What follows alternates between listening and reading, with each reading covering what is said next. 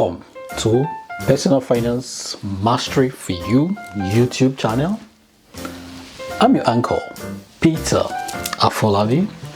In today's video, captioned Mortgage Insurance Exposed, I will be talking about truths about mortgage insurance no one is talking about.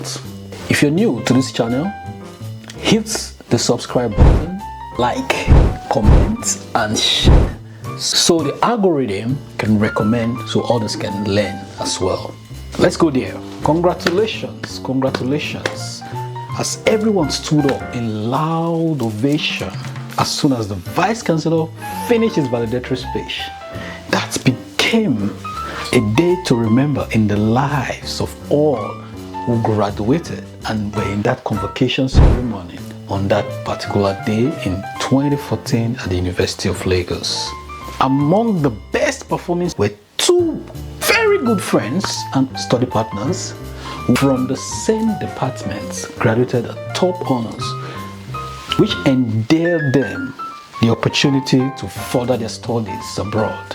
And that was how two friends, Bayo and Akin, left the coast of Nigeria and flew all the way to the United States of America in pursuit of their master's degree.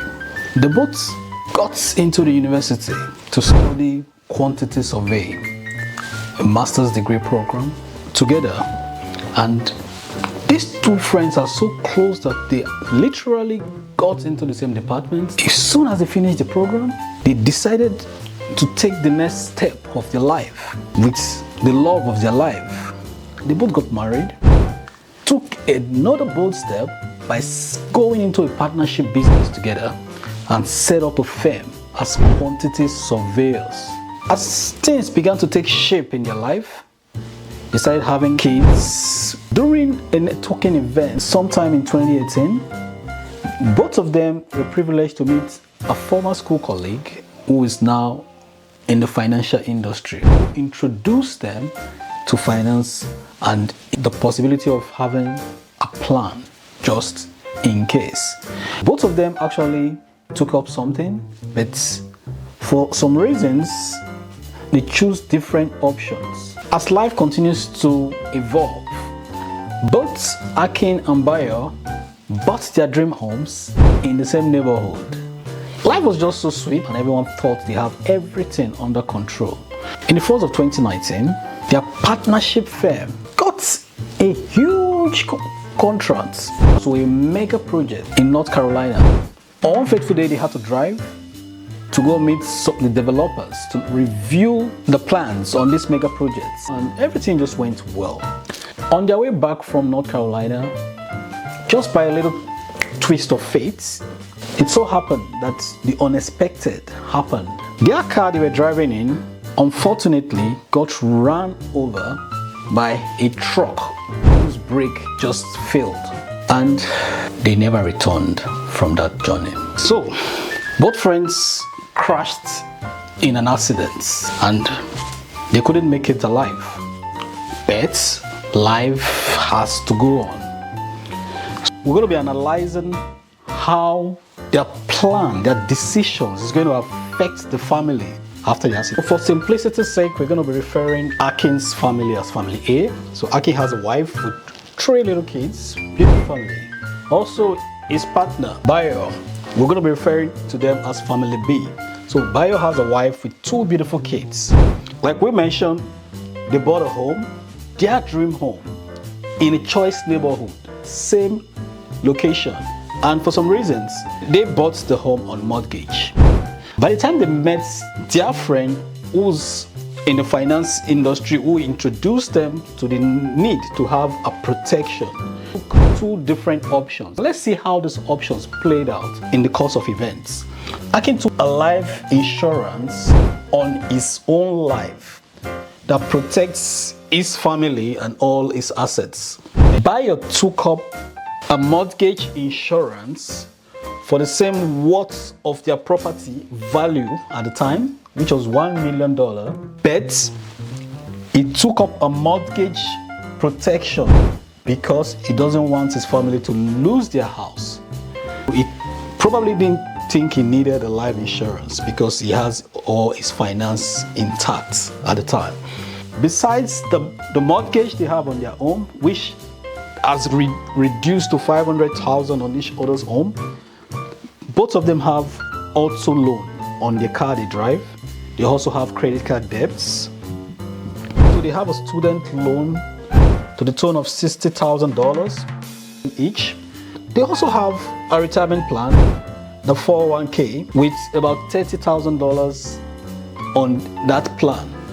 They also have some savings in the bank, about $10,000 each. Both of them went on a trip and they had a crash. Both of them didn't come back alive. What's going to happen to Akin's family, family A, with all the liabilities they are going to be having from these, and also family B? Let's look at the assets and liabilities of both families. You see, both of them have life insurance. It's a named beneficiary asset. They also have a mortgage on their home. That's a secured loan liability. And they also have a car each. That's another secured loan, a liability. Then they have credit card debts, which is a secured loan. And also they have the 401k or the Roth IRA, either way, but these are named beneficiaries, so they are assets. They also have student loans to their name. Also, they have bank savings. Usually comes without beneficiary, which have to go to the probate. Now, let's look at the estate responsibility, how these assets will be redistributed. Here we have family A and family B and the lenders. What goes to each of them on this column? On this row, we have the assets, the expected income these families and lenders is expected to receive. We have the liabilities sections and the bank savings, usually without a beneficiary. On this row, we have the life insurance, where the spouse is the beneficiary. For life insurance, Akin has a 1 million worth life insurance. The 1 million goes to the family, the spouse, who is the beneficiary, 1 million. Nothing goes to family B on life insurance, nothing goes to the lenders. For the mortgage insurance, where the lender is the beneficiary, despite the fact that they took a 1 million mortgage insurance, which is a reducing balance insurance, at the time of the death, the property was worth 500k. They're going to be paying 500k, which is the reduced balance, to the lenders. The family B does not get any because the beneficiary is not the spouse but the lender, so they can keep their home. Now we have their investments. The 401k, or if it was in Canada, the RRSP, is a named beneficiary. So the spouse gets to get the 30k each, which they have on their investments. Now let's look at the other side, the liabilities. There are secured loans. The home mortgage itself is 500k. For family A, they still have to pay this 500k, which is a secured loan. But for family B, remember, the mortgage insurance already paid out the 500k because the money went to the lender, so we can cancel it out. Then for car loan, both families get to pay 40k to keep their cars, because in the United States, there's no debt forgiveness upon debt for a secured loan like car loan. Now let's look at the unsecured loans, the credit card. Both families get 20k each debt to pay for their credit cards. And also for the student loan. The student loan is a bit different here, though it's an unsecured loan, but upon debt, it is cancelled if it's a federal debt. Now let's look at the bank savings. If it doesn't have beneficiary, in most cases, most accounts do not have beneficiary. The 50k each from both accounts have to go through the probate system. So let's look at the estate redistribution. After all these have been taken care of, the surviving family of family A gets to keep their home, their car, as well as $520,000 that comes to them as cash without having to pay taxes. That's the debt benefits balance after settling all the other costs.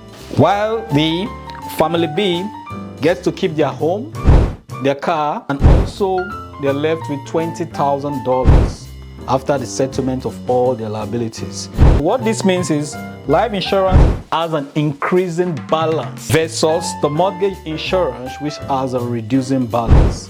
So which is better? Let us know what you think on the comment section. So if you've had any experience where someone had to go through this, share your story with us on the comment section. Finally, we'd like to know which one do you think is better. Go to the comment section and let us know what your thoughts are. Thank you for staying with us throughout this video section. If you're new to this channel, like, subscribe, comment, and share this video so the algorithm can distribute it so others can also learn from what we just shared.